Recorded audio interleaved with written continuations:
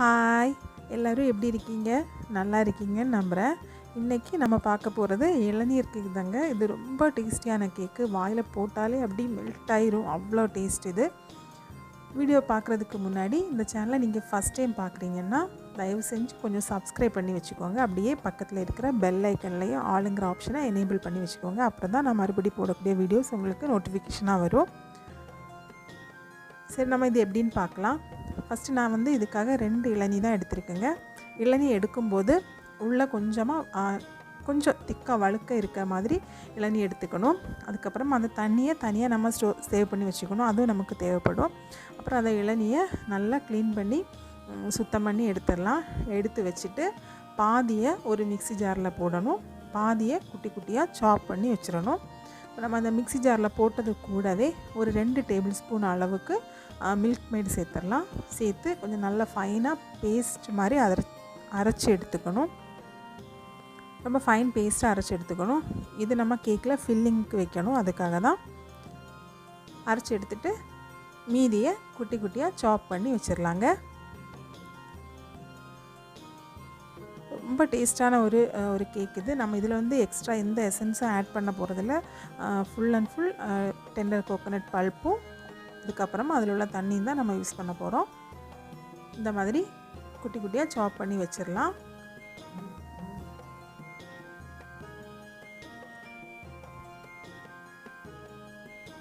இதையும் அரைச்சி எடுத்து வச்சிட வேண்டியது தான். இந்த மாதிரி ஃபைன் பேஸ்ட்டாக அரைச்சி எடுத்துடலாம்.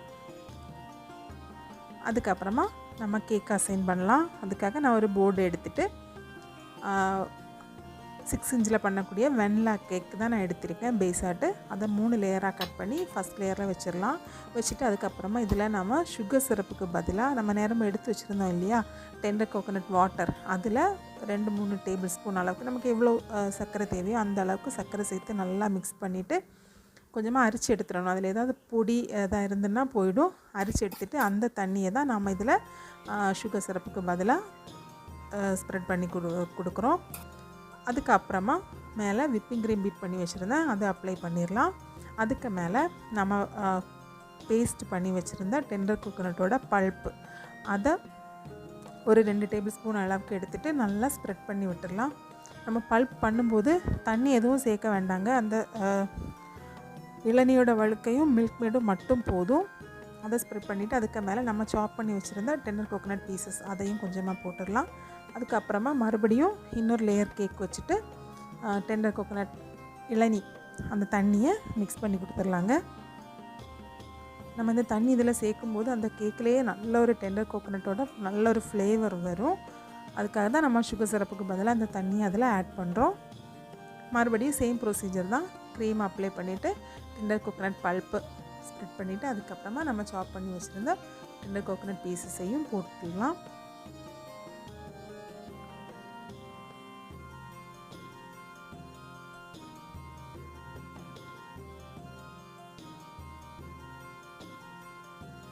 ரொம்ப க்ரீமியாக நல்ல டேஸ்ட்டாக இருக்கும் இது.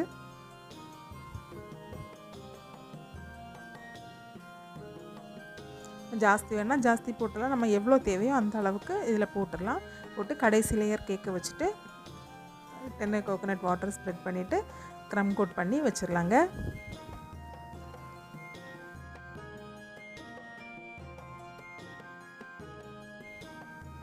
இது நம்ம அந்த டெண்டர் கோகோனட் பல்ப்பு வச்சுருக்கிறதுனால நகர்ந்து போகிறதுக்கு சான்ஸ் இருக்குது. அதனால் ரொம்ப கவனமாக க்ரம் கோட் பண்ணி ஒரு 1/2 மணி நேரம் ஃப்ரிட்ஜில் வச்சுருங்க. 1/2 மணி நேரம் நம்ம வச்சு எடுக்கும்போது அது நல்லா செட் ஆகி வந்துடும்.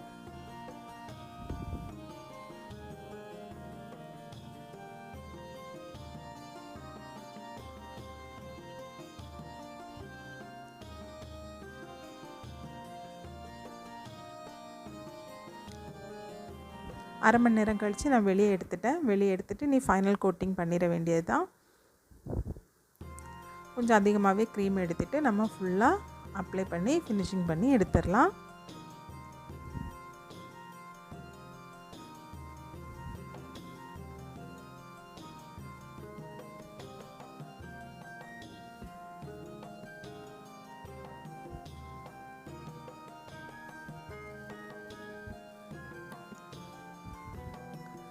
அவ்வளோதாங்க, கேக்கை ஃபினிஷ் பண்ணி எடுத்தாச்சு. அதுக்கப்புறமா இந்த மாதிரி ப்ரஷ் இருக்கு இல்லையா, நம்ம ஆயில் எல்லாம் ஸ்ப்ரெட் பண்ண யூஸ் பண்ணுவோம், அந்த ப்ரஷ்ஷை வச்சு நம்ம இதில் ஃபுல்லாக டிசைன் பண்ணிடலாம்.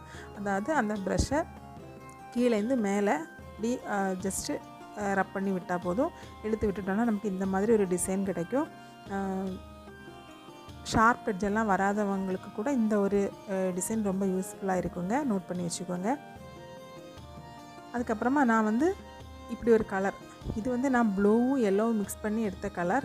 நான் வந்து இதில் அது வீடியோவில் காமிக்கலை, ஸோ எல்லாத்தையும் போட்டு கன்ஃபியூஸ் பண்ண வேண்டாம் அப்படின்னு தான். கலர் மிக்சிங் எல்லாம் கண்டிப்பாக இன்னொரு வீடியோவில் சொல்லுவேன். இப்படி ஒரு கலரை எடுத்துகிட்டு இந்த மாதிரி ஒரு அவுட்லைன் கொடுத்துட்டு ஒரு சைடு ஃபுல்லாக பாதி இடம் வர மாதிரி இப்படி ஒரு டிசைன் கொடுத்துட்றேன்.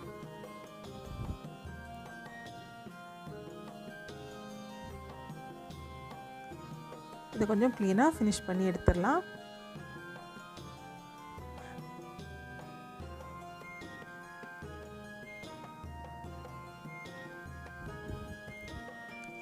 இந்த கலருக்கு மேலேயும் நான் அந்த ப்ரஷ் டிசைன் தான் கொடுக்க போகிறேன்.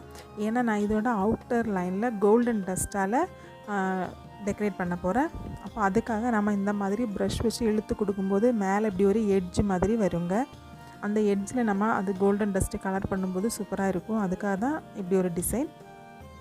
நம்ம இப்படி இழுத்து விடும்போது மேலே வருது பார்த்திங்களா, ஒரு லைன் மாதிரி.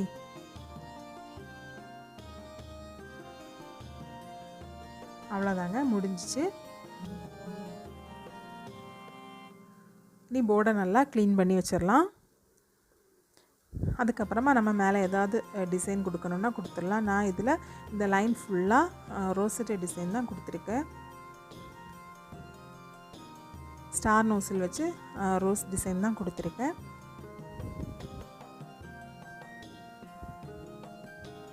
அதுக்கப்புறமா இதில் எப்படி கோல்டன் டஸ்ட் அப்ளை பண்ணுறதுன்னு பார்க்கலாங்க.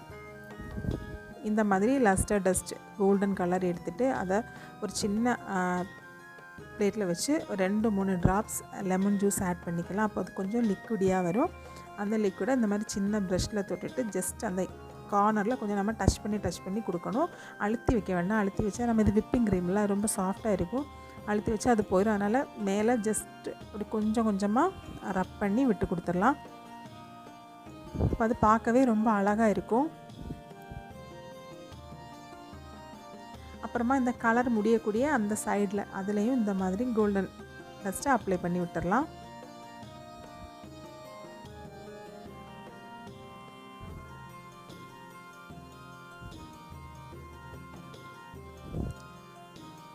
அவ்வளோதாங்க, ரொம்ப சூப்பராக வந்துடுச்சு.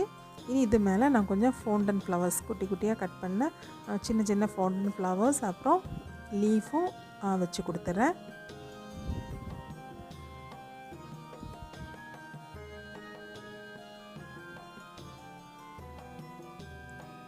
அதுக்கப்புறமா அது மேலே கொஞ்சம் கோல்டன் பீட்ஸ் அதையும் போட்டு கொடுத்துடலாம்.